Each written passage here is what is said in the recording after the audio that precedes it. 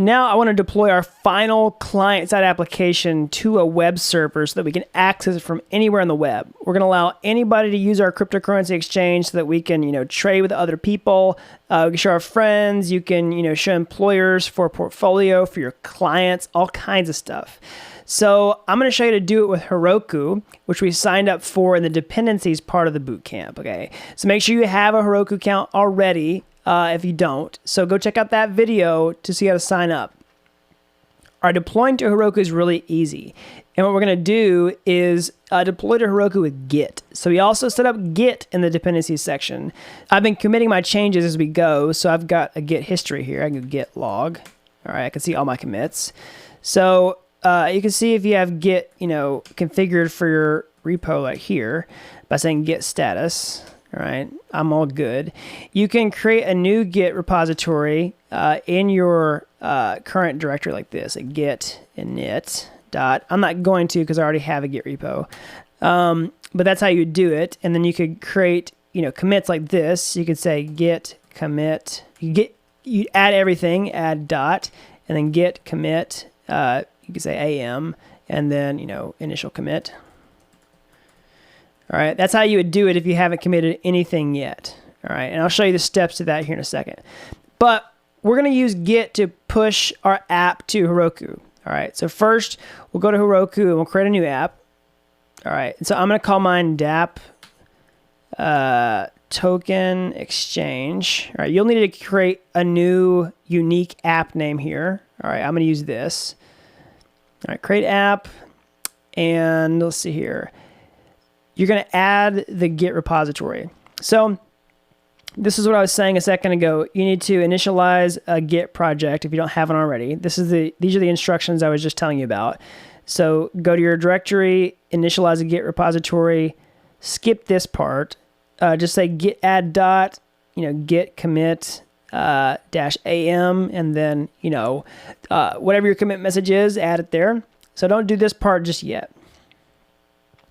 Okay, so now we're going to go to the settings tab, and I'm going to find the Git URL. So here's the Git URL.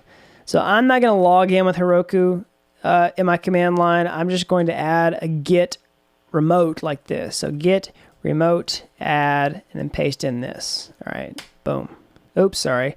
I need a Git remote add like this. I need to say Heroku here. Sorry. So git remote add Heroku, and then here's the Heroku URL for Git. Hit enter. All right, now I can see my Git my Git remotes like this. A Git remote.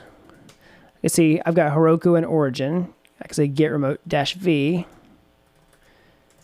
to see the URLs. Okay. And next, what you want to do is make sure you have the Heroku CLI installed on your computer because you want to make sure you're logged into Heroku. Okay.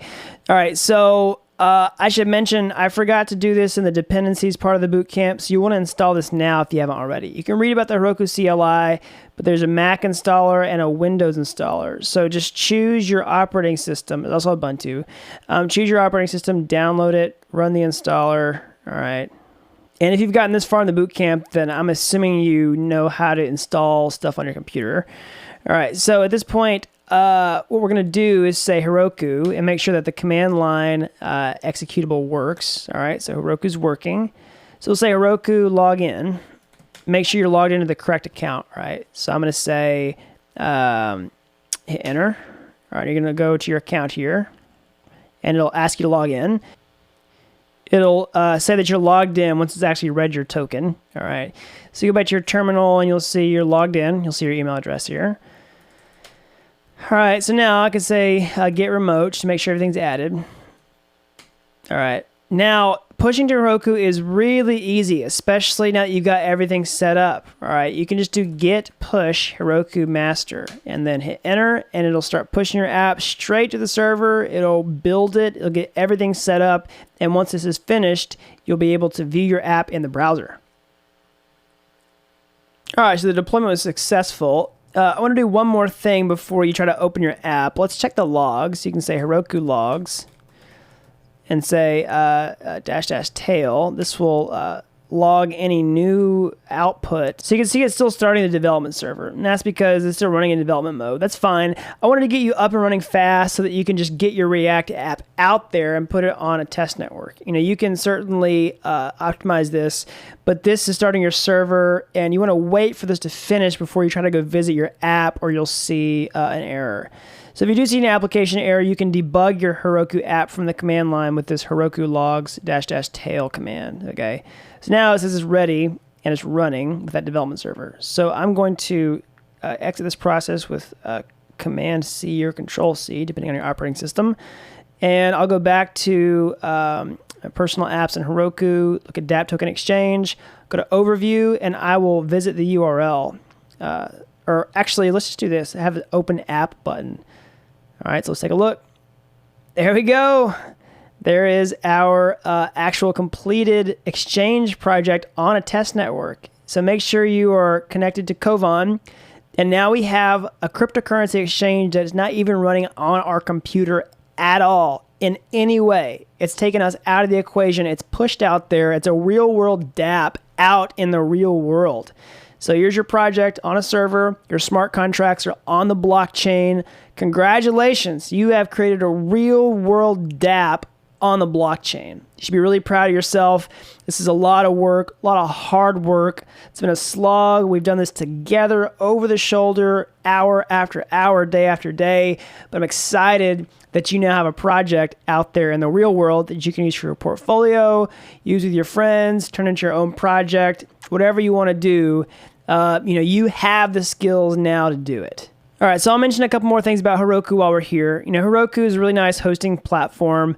It works with a lot of different types of technologies. If you want to make your app faster, I should say, your app might go to sleep. So don't be surprised if that happens. Like if you go visit this and it spins forever, that's because your app has to wake up. Right now, this is completely free.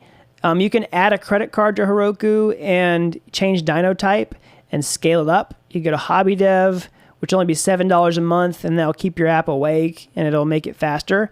You can run standard. You can do 25 to 500.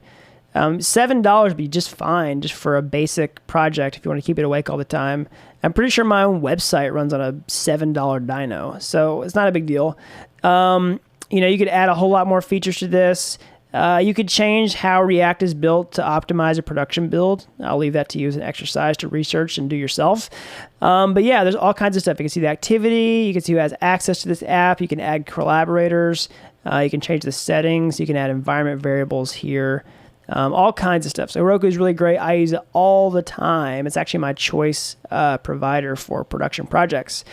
All right, so that's it for the client-side deployment.